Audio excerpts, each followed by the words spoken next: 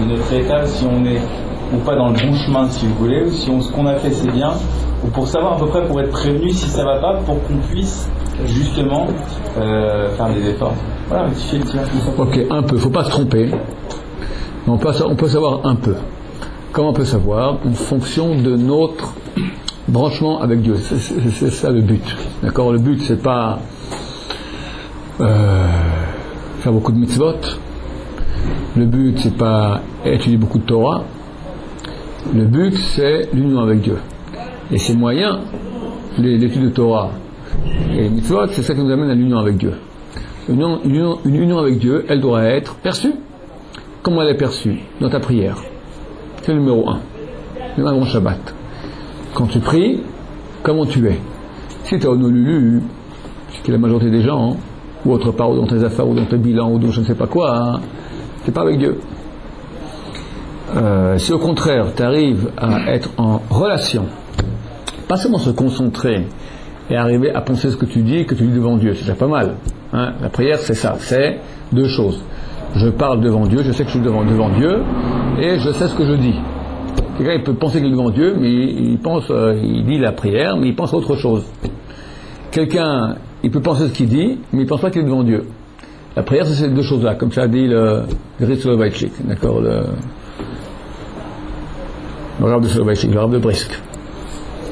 C'est ça la prière. Je suis devant Dieu et je lui parle. Et je dois savoir ce que je lui parle. Ça, c'est le minimal prière. Maintenant, il y a, comme c'est marqué, Rahman Ali Babaï. Vous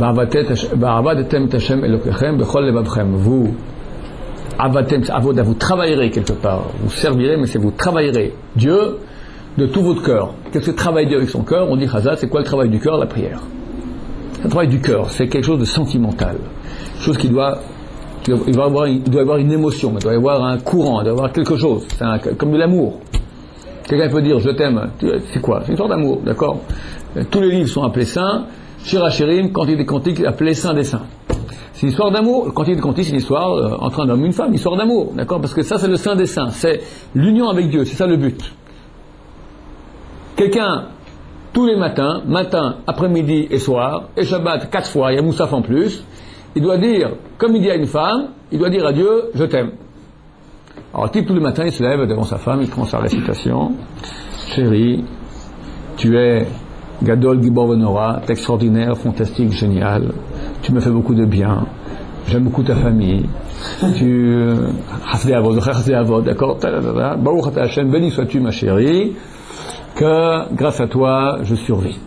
Après ma chérie, il fait une histoire tout. Bon. Alors évidemment, il peut le faire platement, il peut le faire enflammé. Avant le mariage, une semaine avant le mariage, il va le faire enflammé. Une semaine après le mariage, il sera encore enflammé. Après, ça dépend. Ça dépend si ça monte ou ça descend. Hein? Si le fait déjà enflammé, c'est bien le travail du cœur alors. Alors, ok, c'est comme quelqu'un qui vient ici à l'Yeshiva, il fait tchouva. D'accord? Les premiers mois, il est enflammé. Puis après, il y a la lassitude, il y a l'habitude, toujours, tous les matins, le même discours qui revient. Chérie, tu es extraordinaire, ok, qu'est-ce que je vais faire aujourd'hui? Je vais faire rien. Il est extraordinaire. D'accord, tu penses, le type, il pense maintenant à ses affaires, il est plus avec Dieu. Arriver à être enflammé, c'est un travail. C'est un travail de, je suis devant ma fiancée, ma femme bien-aimée, je suis devant mon Dieu maintenant, celui qui m'a créé, il m'écoute, c'est l'infini, je suis devant lui, il est là, il m'écoute, je suis devant lui, les anges, leur prière n'arrive pas à mon niveau à moi. Et maintenant, il m'écoute, et je lui parle. Il y a une façon aussi de s'habiller dans la prière, une façon de se tenir dans la prière. Il y en a qui se tiennent sur un pied, c'est interdit. Ils sont avec les deux pieds joints, mais ils mettent cool, d'accord, quoi cool, t'es devant Dieu. Il vient une journée qui vient habiller en sandalettes, d'accord, en Bermuda. T'es pas en Bermuda devant Dieu. Il y a une mise en condition déjà technique. C'est la halakha. Pourquoi? Parce que réellement, je suis devant Dieu. Pas comme si j'étais devant un roi. Je suis devant un roi. Quelqu'un qui commence à comprendre cela. Quand on commence à prier, on fait 3 pas en avant parce qu'on fait 3 pas, on monte. C'est vraiment l'âme, elle monte là-haut. Après on redescend, elle redescend de là-haut. Quelqu'un qui arrive dans la prière à être en relation avec Dieu, c'est un signe certain d'un degré en spiritualité. Et un petit péché par-ci, un petit péché par-là, ça part. Chazal ont dit, la Kedusha, la sainteté, la Torah, ils ont dit, mais ça revient surtout de la Kedusha. C'est comme des verres de cristaux. Ça coûte très cher, et ça se casse très vite. C'est dur à accéder, à obtenir, et c'est facile à casser. Donc ça, c'est un moyen, de savoir quel est notre degré. Deuxième, Shabbat. Shabbat, qui est aussi une union entre Dieu. On a parlé dans le dernier cours qui parlait sur Shabbat, que Shabbat est une union intime, comme un homme et une femme de nouveau, entre Dieu et Am Israël. Si le Shabbat, il a une bonne dave, c'est pas Shabbat. C'est pas Shabbat. C'est manger. C'est manger. C'est un goût spécial. Vous avez dit, il me semble, vous avez dit que ça fait partie du... C'est la lara, je t'avouerai l'empreinte de ça. J'ai bien précisé, il y a une mitzvah de Oneg Shabbat. La Oneg est à Shabbat. La Oneg, ça veut dire réjouir le Shabbat, pas réjouir mon ventre. C'est tout à fait une nuance. Comment je réjouis le Shabbat? Par mon ventre. En mangeant. Mais il y a une grande nuance, j'ai bien mis l'accent, je dis il y a un travail à faire, c'est un vrai travail d'arriver à manger pour kiffer le Shabbat. Pas pour kiffer la nourriture. Et c'est une nuance de milliards d'années-lumière. Ou tu kiffes ton ventre, donc tu as réduit Shabbat à ton ventre, ou tu as kiffé Shabbat et tu as monté ton ventre au niveau de l'infini de Shabbat. C'est ça. Dieu, il veut sanctifier le corps, Shabbat. Il vient dans le corps. Mitzvah de dormir, Shabbat. Tu vas dormir. Mais tu peux dormir l'Echvot Shabbat Kodesh. C'est tout à fait autre chose. Tu mets un aigle le Shabbat. Tu réjouis le Shabbat. Il y a une notion pareille. Ça se travaille. Alors quelqu'un qui vit profondément son Shabbat et qui réjouit son Shabbat, pas qui réjouit son ventre Shabbat, qui réjouit son Shabbat par le ventre, qui réjouit son Shabbat par le matelas, d'accord, par l'étude de Torah. Ben Ishraï, il écrit au nom des Kabbalistes et des Mekoubalim, on a peu d'aussi grands Kabbalistes que Ben Ishraï dans les 200 dernières années. Je crois qu'on n'a pas d'aussi grand que lui. Il dit au nom des Kabbalistes que l'étude de Shabbat vaut 1000 fois plus. L'étude de Torah vaut 1000 fois plus. Excusez-moi, tout à l'heure vous avez dit ça, il faut l'aimer, il faut le faire avec le cœur. La prière. Le cœur, c'est indépendant. Oui. Le sechel, c'est la tête, on peut un petit peu la commander. Mais le cœur, ça se commande pas. C'est-à-dire qu'on peut tout faire. On peut faire avec du théâtre, on peut étudier, manger, dormir, mais à l'intérieur, on va pas ressentir vraiment le kiff du Shabbat. On fait tout le spectacle, mais on se motive, et on n'arrive pas à le ressentir des fois. Oui et non. C'est vrai que le sentiment il est indépendant de ma tête, mais on peut travailler le sentiment, on peut moduler le sentiment. J'ai un enfant maintenant. Maintenant, il m'énerve. Il est en train de faire des... Je peux laisser venir mes nerfs. Je peux au contraire aller et réveiller chez moi. Et c'est un secret que la Torah nous enseigne, parce que beaucoup de mitzvot de la Torah concernent le cœur. Réveiller en moi maintenant les parties qui existent, latentes, d'amour de mon fils, voir le beau côté de mon fils, le côté mignon de mon fils, le côté innocent de mon fils. Je peux aller avec la tribu de rigueur, je peux aller avec la tribu de miséricorde. Et comme moi je fonctionnais comme cela, comme ça Dieu fonctionne avec nous. Dieu aussi, on le dit, à Rosh Hashanah on dit, déplace-toi de ton trône de rigueur et va sur ton trône de miséricorde. Ça veut dire quoi? Dieu il doit juger. On peut juger par un attribut, on peut juger par un autre attribut. Nous pouvons travailler cela. C'est marqué, il faut avoir pitié du pauvre. Alors tu peux, où j'ai pitié, où j'ai pas pitié, non. On réveille les sentiments. Mitzvah d'aimer son prochain. On peut aimer, on a un cours entier sur comment aimer sa femme. Il faut l'apprendre. Comment aimer, mitzvah, 5 fois c'est marqué dans la Torah, d'aimer le ger tzedek, le converti. Le Rambam dit, la Torah elle a ordonné d'aimer plus le converti que le juif lui-même. C'est marqué, Va'avta l'ereacha kamocha, tu aimeras ton prochain comme toi-même, l'ereacha. C'est marqué, Va'avtem et ager, vous aimerez le guerre. C'est marqué, et ager. Le Rambam dit, il a dit d'aimer le guerre, le converti, comme il a dit d'aimer Dieu. Va'avta et Hashem Elokecha. Et, le même langage, le langage qu'on utilise pour dire aimer Dieu, aimer le guerre. Alors, aimer Dieu, aimer le guerre, aimer son prochain, avoir pitié du pauvre, toutes ces choses-là concernent le cœur, pourtant ce sont des mitzvot. Elles existent. Nous pouvons et nous devons, c'est tout à fait possible. Simplement, il faut commencer à y penser et faire attention à cela. Tu peux te mettre en état de condition de prière. Tu peux te mettre, et ça fonctionne, parce que tu as ces choses-là latentes en toi. Maintenant, en fonction de ta pureté et de ta relation avec Dieu qui existe, plus facilement, tu as un starter un moteur qui est rouillé, le starter, il n'y a rien qui se passe. Ou bien le moteur est en bonne qualité, le starter rapidement, il est déjà habitué et ça démarre. C'est une indication certaine de notre niveau.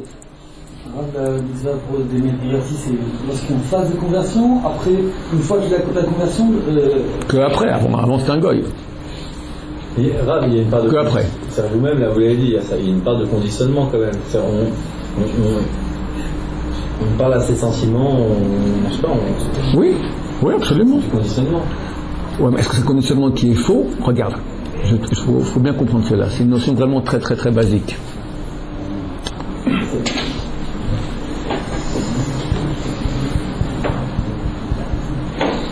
Il y a une erreur créée par le monde occidental dont nous venons et qui nous a imprégnés tous. Il faut être spontané. Il faut être naturel. L'amour, c'est spontané, c'est naturel. N'est-ce pas? Si je dois maintenant aimer comme un robot, c'est pas de l'amour. C'est spontané, naturel. Le naturel, c'est l'argument numéro 1 dans la vente. Shampoing, naturel. Vacances, naturel. Qu'est-ce que j'en sais, moi n'importe quoi, tout, savon naturel, produits, nourriture naturelle, sirop naturel, thé naturel, contenu naturel, d'accord? Hein? Égal authentique. Naturel égale authentique. Non contaminé par l'artifice artificiel de l'homme, tel qu'il est spontané. Un bébé, pourquoi il est beau un bébé? Pourquoi il est mignon? Il est spontané, il est naturel, il n'a pas encore été gâché par la société. Qui a dit ça?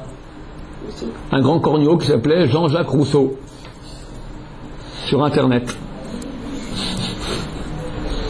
Je viens de sa ville, Genève, d'accord? Il y a ni Rousseau en son nom. Jean-Jacques Rousseau, un dépravé, lisez ses bouquins, enfin lisez pas, un dépravé de première, qui a dit l'homme est né bien, bon.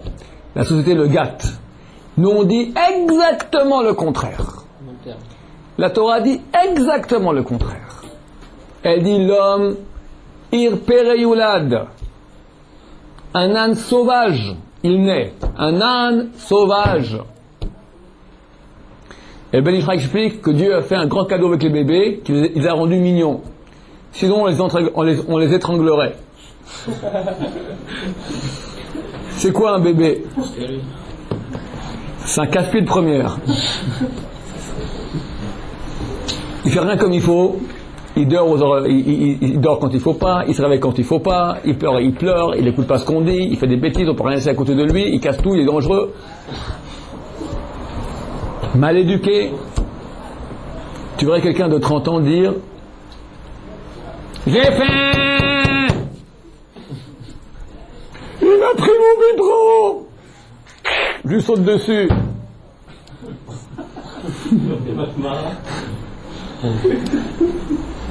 C'est ma voiture, rends-la moi. Boum. Qu'est-ce qu'on dirait ce type-là? C'est un sauvage. C'est un sauvage. Il est mignon. Il est tout mignon. Il est tout mignon, alors on lui pardonne tout. Un bébé, encore une fois, il ne faut pas se méprendre. Nous adorons les bébés. Baruch Hashem, ils sont adorables et très mignons. Mais ils ne sont pas éduqués. Ils sont spontanés. La spontanéité, la nature authentique, elle est ce que nous appelons tout le mal. Tout le mal. Parce que ce n'est pas géré. C'est spontané, c'est une pulsion qui peut être par hasard bonne et même par hasard très mauvaise. Tu verras un gosse, il a un petit frère qui est né. Il est jaloux, c'est le frère aîné, lui était le frère aîné. À l'âge de 2 ans, 3 ans, vient un concurrent. Alors, lui, il était le premier, le seul à recevoir l'affection de ses parents. Tout à coup, il y a quelqu'un qui lui fait des coudes, tac, dégage. Et on s'en occupe bien plus du nouveau-né. Le premier, on commence à lui taper, t'as 3 ans, allez, commence à être bien éduqué. L'autre, on lui fait tout, dès qu'il pleure, dès que tout le monde se mobilise, on oublie le premier. Le premier, il a un conflit terrible. D'un côté, il adore son petit frère qui vient de naître. Il vient, le caresse, tout à coup, il le prend, il l'étrangle. Parce que c'est un concurrent. Il a les deux pulsions simultanées. Il ne sait pas quoi faire. Et ça arrive très souvent que les enfants essaient d'étrangler leur petit frère. Ça arrive. Pourquoi il me dérange, je l'étrangle? C'est spontané, c'est authentique. C'est un assassin. C'est pas de sa faute, Kamouvan, c'est certain. Mais il n'est pas éduqué. La Torah va dire, tu as une partie qui est le sentiment, qui est nécessaire. On ne doit pas être des robots, c'est certain. On doit être sentimental. Mais il est absolument, absolument nécessaire que la partie sentimentale soit gérée par la raison. La raison va me dire, maintenant tu vas ouvrir l'alvéole amour. Maintenant tu la fermes. Tu vas être cruel. Un gosse, il veut sa 5e glace. Papa, une 5e glace. Bisous papa, bisous, moi j'aime papa, une 5e glace. Le gosse, il est en train de réveiller maintenant l'alvéole. Amour, miséricorde, on va lui donner 5e glace, tu le tues. Tu l'envoies en indigestion à l'hôpital avec une 5e glace. Il faut être cruel. Tu fermes cette alvéole, la raison te dit. La personne qui va être miséricordieuse alors qu'il faut être cruel, alors elle fait du mal. En fait, ça s'appelle pas de la cruauté. Puisque justement, c'est le préserver, mais c'est pas de la cruauté. Je comprends pas pourquoi on dit quand même ça. Au niveau sentimental, sans la raison, tu as raison. La raison dit, je fais ce qu'il faut. Je l'aime, donc maintenant je dis non. Qui aime bien, châtie bien. Il y a un dicton pareil, je ne sais pas si c'est tout à fait adéquat, qui, quoi, comment, il faut savoir. Mais c'est vrai que l'acte, d'après la raison, l'acte d'amour est donner des limites. Tu te permets jusqu'à un certain point. Le gosse, il ressent qu'il est aimé, parce qu'on ne lui laisse pas faire tout ce qu'il veut. Mais il y en a qui disent non, il faut laisser la nature. La nature me dit maintenant, il a envie, laisse-le. Il faut tout, on est libre. On est libre. C'est-à-dire que l'amour même envers une femme ou n'importe quoi, ça doit être commandé par le séché. Absolument. Tu vas tomber amoureux de la première venue comme ça? T'es un gros crétin. Il y a des gens qui me disent, moi j'ai eu le coup de foudre, Et le premier jour. Ouais, et combien de temps ça a tenu? Le coup de foudre est parti comme il est venu. Il est là, il repart. Tu connais pas ça? C'est archi connu, tu connais pas? C'est archi connu. C'est archi connu. Ce qui vient pour rien repart pour rien. Par contre, si l'amour, tu l'as acquis, t'en as fait un kinyan. Pas du tout. C'est là le piège. Ma raison maintenant me dit, cette femme-là, ma raison me dit, cette femme-là, c'est le bon numéro. Je vois qu'elle va bien au niveau tout à fait rationnel. Il n'y a pas encore de corps, rien. Ok, je commence maintenant à permettre mon corps à s'ouvrir. Et je commence à actionner l'amour. J'ai chez moi, de façon latente, une sentimentalité débordante. Mais je la ferme, pour le moment. La raison me dit, c'est bon, tac, tu ouvres. Et ça commence, il y a un courant. On a en nous cela. Et on est capable d'actionner ce courant de sentimentalité, absolument. Mais on le gère. On le gère. Des fois, on va prendre l'exemple inverse avec un enfant. De façon, maintenant, t'es énervé. Tu rentres à la maison, en route, tu te fais arrêter par les flics. Tu as reçu un PV, la boîte la boîte aux lettres, tu as reçu les déclarations d'impôts plus une invitation à un procès. Tu rentres à la maison, tu vas à la maison sans dessus-dessous, et ta femme en train de boire un coca sympathiquement sur la chaise longue. Et tout à coup, tu vois ton fils qui... Qu'est-ce qu'il a fait? Une petite bêtise de rien du tout. Il a mangé un chocolat sans faire la bracha.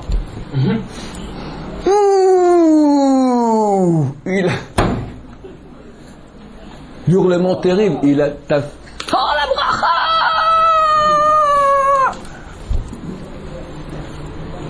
Ou alors il a déchiré tous les papiers pour une déclaration d'impôt. Par exemple. Le cœur te dit, tu le défonces. Tu le défonces. Le gosse est encore gentil, parce que c'est beaucoup plus actuel avec la femme, d'accord? La femme, tout à coup, elle a posé la cuillère halavi dans dans l'évier Bassari, ce qui n'est pas du tout grave. D'accord? Tu hurles comme un fou. Là, mais je ne vais pas laisser faire ça.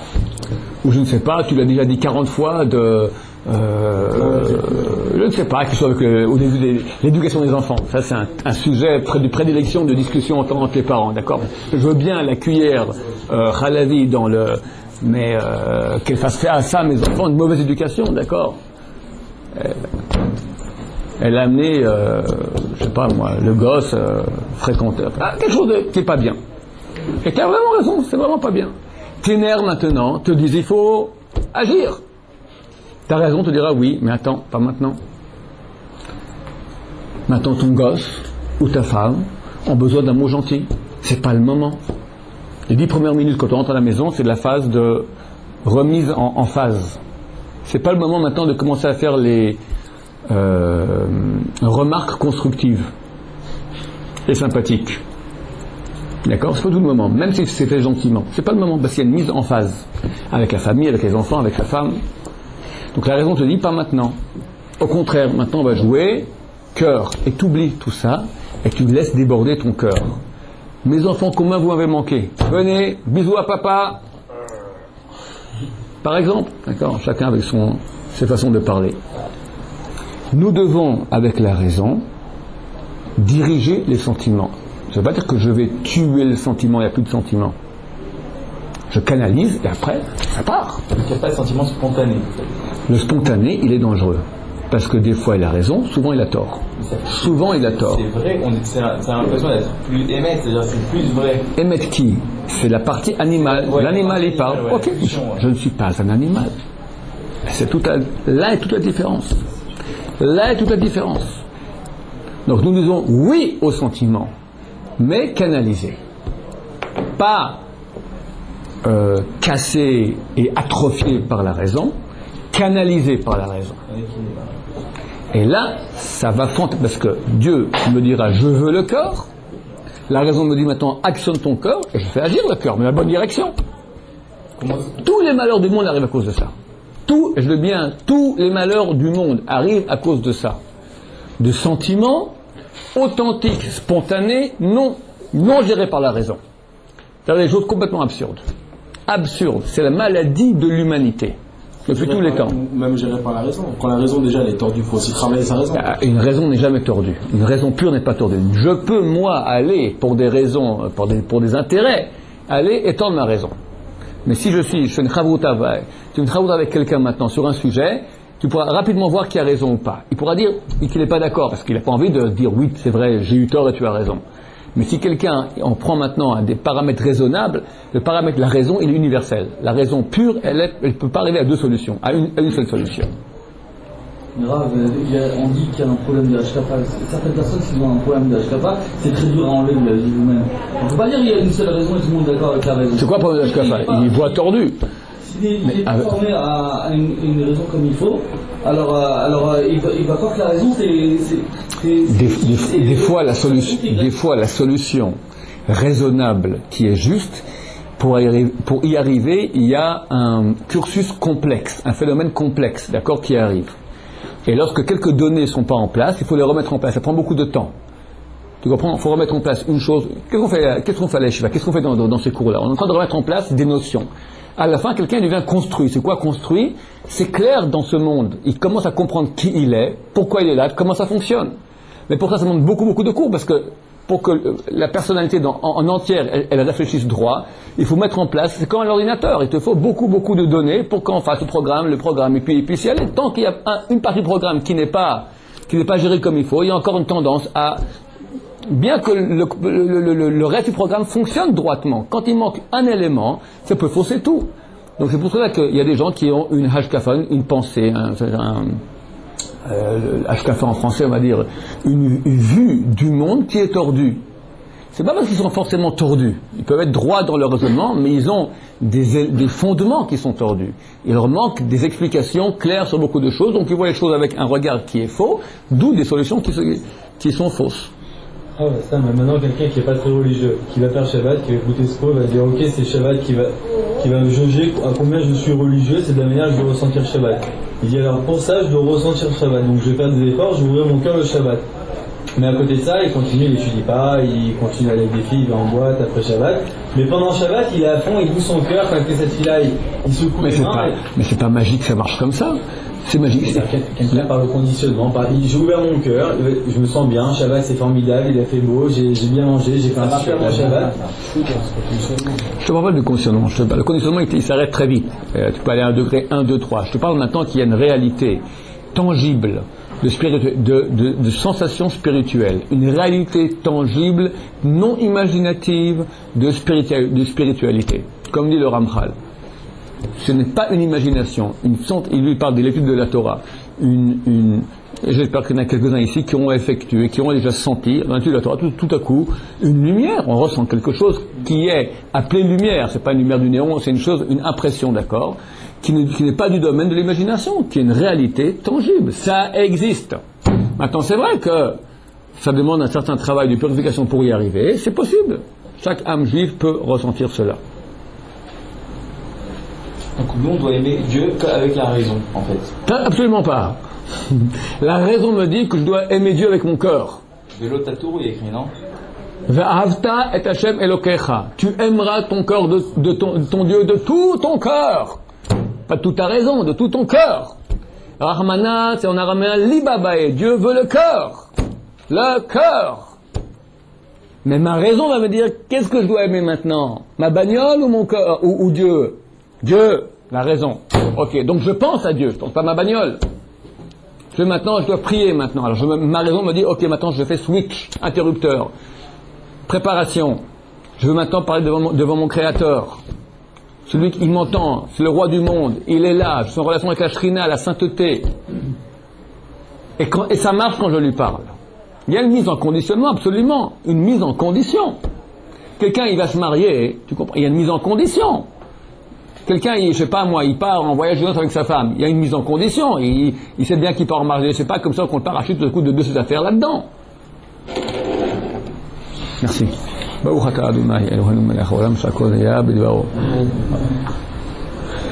qu'il peut faire un mail vers la caméra? Non. C'est pas simultané. Maintenant la réponse à la question de Yaakov. Non, répète ta question. Comment se fait-il qu'à l'époque, les gens... En fait, ce que je veux dire, c'est-à-dire que, en plus, ça a un petit lien avec ce que vous nous parlez, mais avant, on va dire que je vous parlais de Dieu à l'époque, on va dire de la sortie d'Égypte. On disait que les gens étaient dans la misère, étaient esclaves, tout ça. Dieu les a sortis, tout ça. Donc, il a fait les duplets, il a fait énormément de choses qui prouvent son existence. Et malgré ça, malgré l'ouverture de la mer en deux, malgré tout ce genre de choses, ils ont continué à faire des fautes comme le veau d'or, qui est très grave, même si c'est spirituel, ce genre de choses, mais c'est quand même très grave. Et pourtant on dit justement qu'ils avaient un niveau spirituel incomparable au nôtre. Donc je me demande comment ils ont pu tomber dans une telle faute avec un niveau aussi élevé, sachant que Dieu s'est dévoilé en face d'eux, et que même de nos jours, avec des grands miracles qui peuvent se passer, même des grands rabbins qui font des miracles, les gens se cachent la vérité, ne serait-ce que par la presse, par ce genre de choses, ou par des guerres, ou je me demande comment c'est possible d'être aveugle à ce moment-là. C'est possible. Mais comment ils peuvent... Ça s'appelle Roi Hatouma. Si vous avez une explication peut-être. Ouais, c'est tout à fait... Il existe deux sortes de Yetzerara. Yetzerara, donc le penchant négatif qui est naturel. Une nature. On parlait maintenant de nature, d'accord, spontanée. Je suis naturellement paresseux. Je suis tout à fait spontané, je suis paresseux. Envieux, coléreux, jaloux, concurrent. En gros, c'est cela. Ça, c'est un Yetzerara, on va dire, naturel. On va dire, je dirais même, physique. Il existe un Yetzerara qui est métaphysique. Roi Hatouma. L'esprit, comme le Roi HaKodesh, l'esprit de sainteté, l'esprit d'impureté. Des forces spirituelles négatives dans le monde. Il y en a, très puissantes.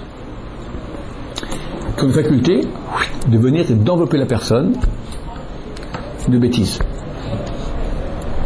Chazal on dit, un homme ne fait un péché que si Ruach Shtut, un esprit de sottise lui est rentré dedans.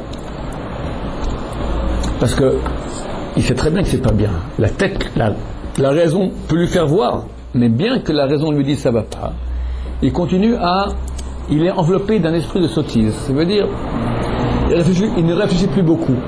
Il est porté, il est attiré. Il y a une pulsion, qui n'est pas forcément la pulsion physique. Il y a une pulsion ici. Regarde, un exemple tout à fait